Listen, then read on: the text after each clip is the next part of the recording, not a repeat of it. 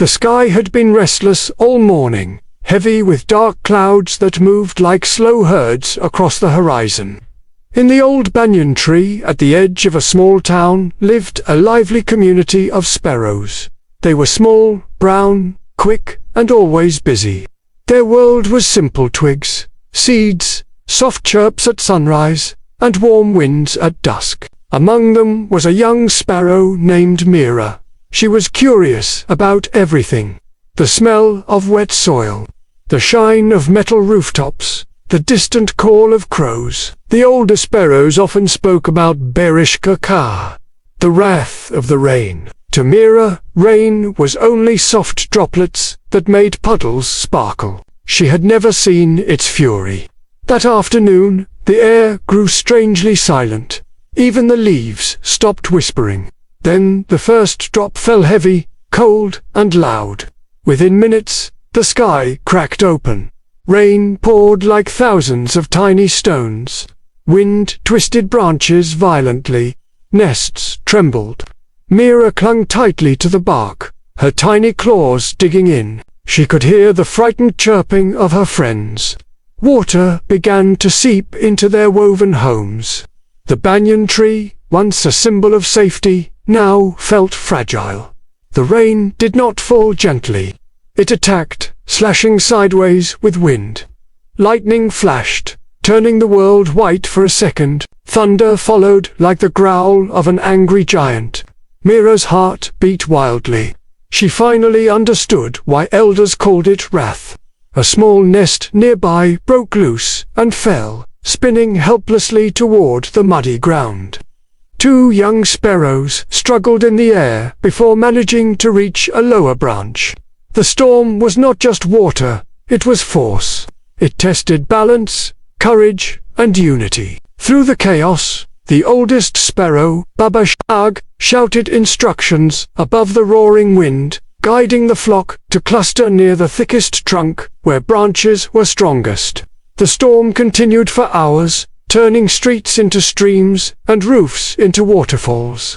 By evening, the banyan stood soaked and wounded, leaves torn, nests damaged. But the sparrows survived the first wave.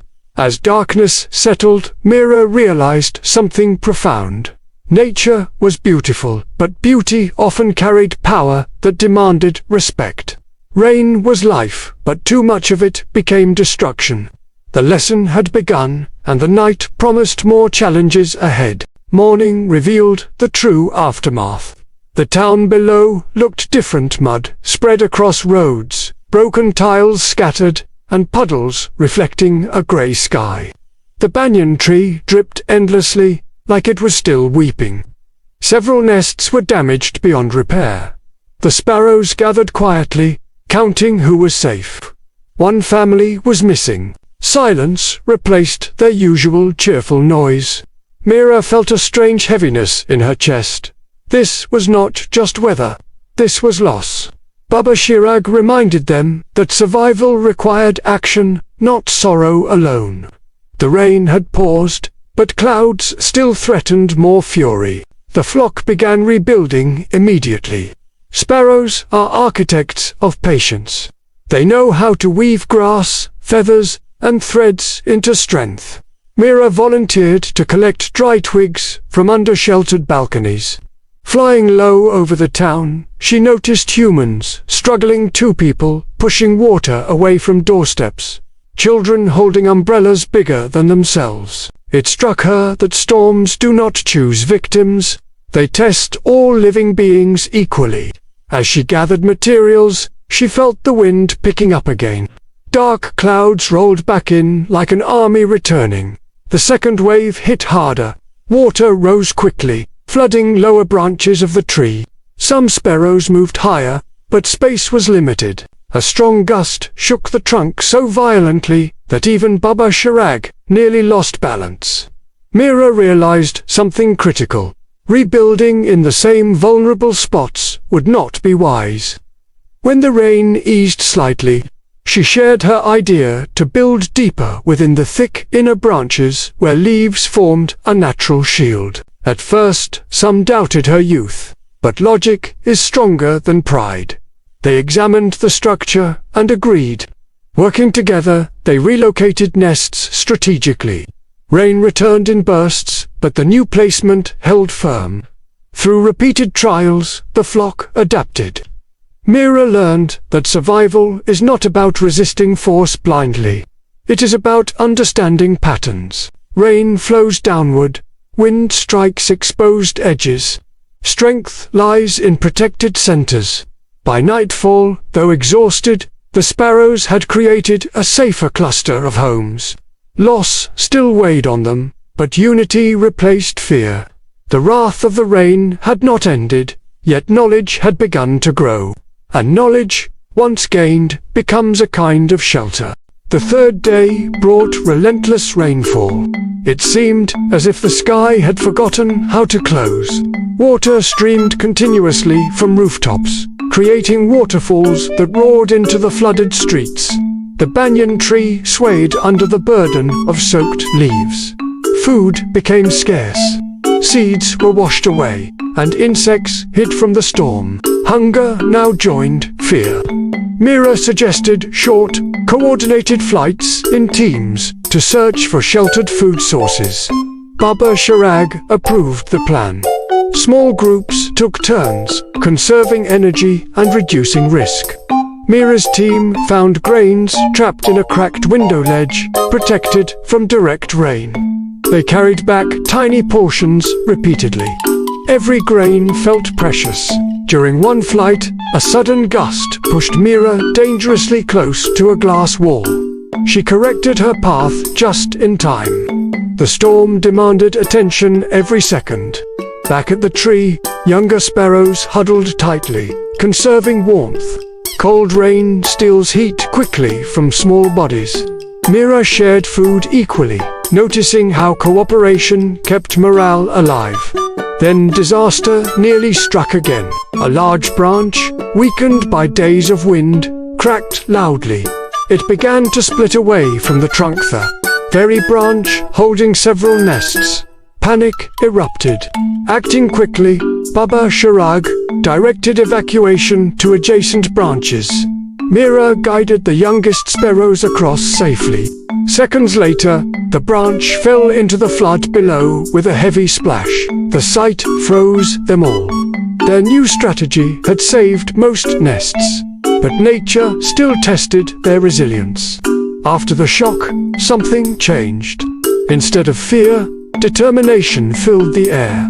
They had faced repeated blows and were still alive. The storm was powerful, but they were adaptive. Mira looked at the grey horizon and realized storms eventually exhaust themselves. Nothing in nature is infinite, not even wrath. That thought gave her strength.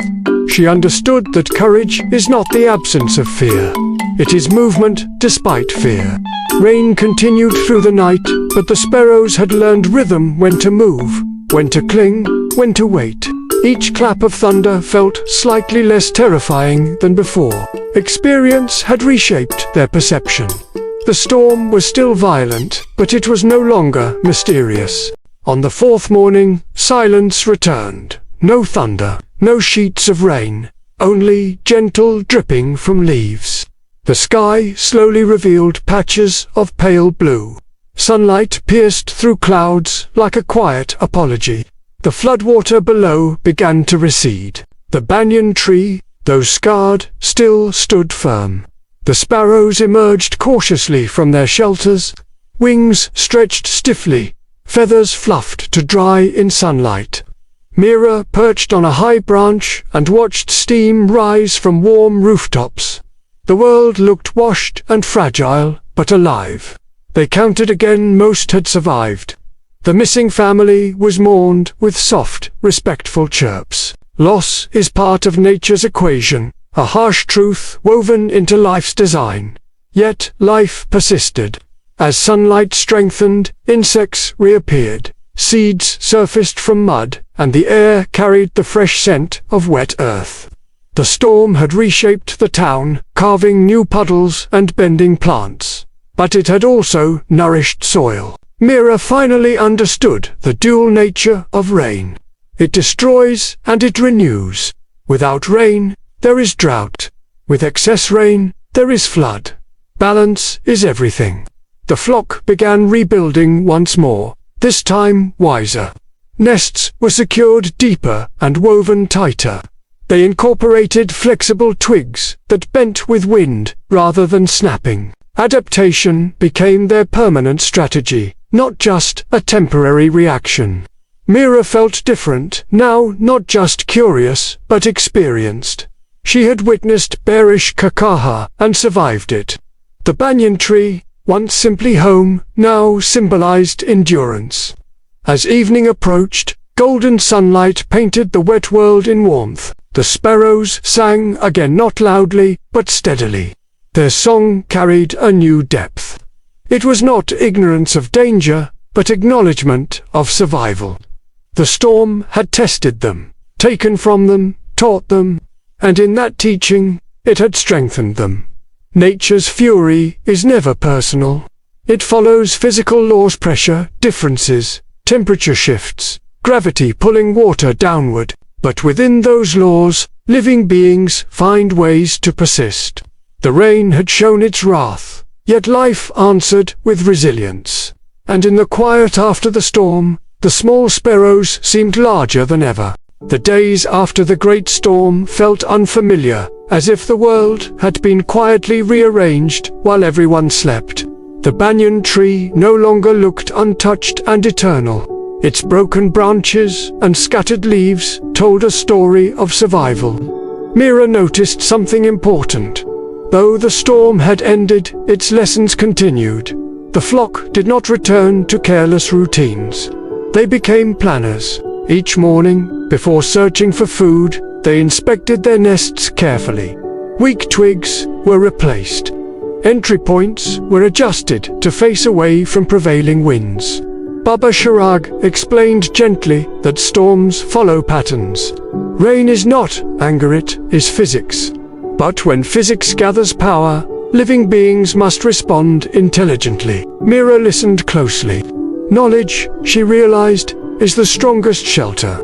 The sparrows began storing small amounts of dry seeds in hidden crevices of the trunk, creating emergency reserves. 5 different storage spots were chosen so that if one failed, others would remain. They selected 5 safer nesting zones deeper inside the thickest branches. They created 5 lookout perches to monitor the horizon for gathering clouds. They trained the youngest sparrows in 5 quick response actions. Cling tightly, move inward, stay low during gusts, follow evacuation calls, and conserve energy. Preparation replaced panic. One afternoon, dark clouds gathered again. A smaller storm approached. This time, fear did not paralyze them. They moved smoothly to protected areas before the rain intensified. Wind howled, rain fell heavily, but the nests held. The food reserves remained dry. No branch collapsed. When the storm passed, the flock chirped not in relief, but in quiet confidence. They had learned adaptation. Mira felt something shift inside her. She was no longer just the curious young sparrow who once saw rain as sparkling drops. She had become a thinker, a planner, almost a leader. Baba Sharag watched her with proud eyes. "Nature tests us," he said softly, "but it also teaches us. Those who observe survive." Mira understood now that resilience is built before disaster strikes, not during it. The wrath of the rain had carved wisdom into their small community. And wisdom, unlike twigs or leaves, cannot be washed away. Weeks later, the town below returned to its usual rhythm. Children played again in the streets. Roofs were repaired. Puddles disappeared under warm sunlight. The banyan tree began sprouting fresh green leaves, proof that life regenerates when given time. The sparrows' community felt stronger than before the storm.